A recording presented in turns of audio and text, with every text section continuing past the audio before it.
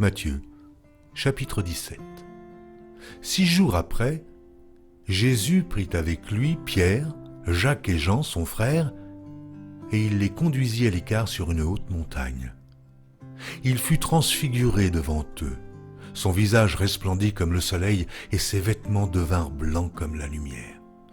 Et voici, Moïse et Élie leur apparurent, s'entretenant avec lui. Pierre, prenant la parole, dit à Jésus, « Seigneur, il est bon que nous soyons ici. Si tu le veux, je dresserai ici 3 tentes, une pour toi, une pour Moïse et une pour Élie. » Comme il parlait encore, une nuée lumineuse les couvrit.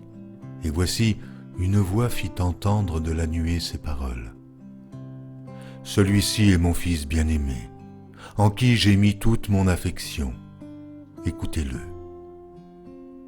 Lorsqu'ils entendirent cette voix, les disciples tombèrent sur leurs faces et furent saisis d'une grande frayeur. Mais Jésus, s'approchant, les toucha et dit, « Levez-vous, n'ayez pas peur. » Ils levèrent les yeux et ne virent que Jésus, seul. Comme ils descendaient de la montagne, Jésus leur donna cet ordre. « Ne parlez à personne de cette vision, jusqu'à ce que le Fils de l'homme soit ressuscité des morts. » Les disciples lui firent cette question.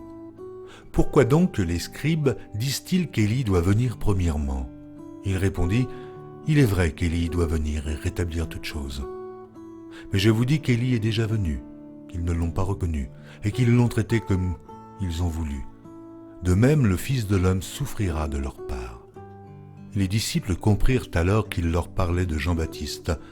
Lorsqu'ils furent arrivés près de la foule, un homme vint se jeter à genoux devant Jésus et dit, « Seigneur, aie pitié de mon fils, qui est lunatique et qui souffre cruellement.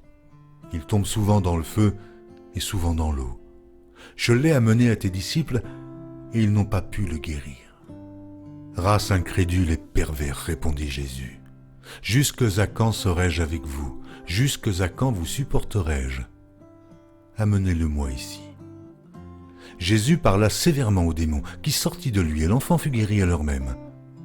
Alors les disciples s'approchèrent de Jésus et lui dirent en particulier, « Pourquoi n'avons-nous pu chasser ce démon? » « C'est à cause de votre incrédulité, leur dit Jésus.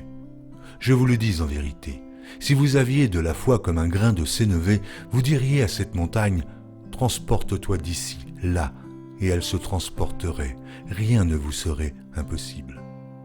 Mais cette sorte de démon ne sort que par la prière et par le jeûne. » Pendant qu'ils parcouraient la Galilée, Jésus leur dit, « Le Fils de l'homme doit être livré entre les mains des hommes.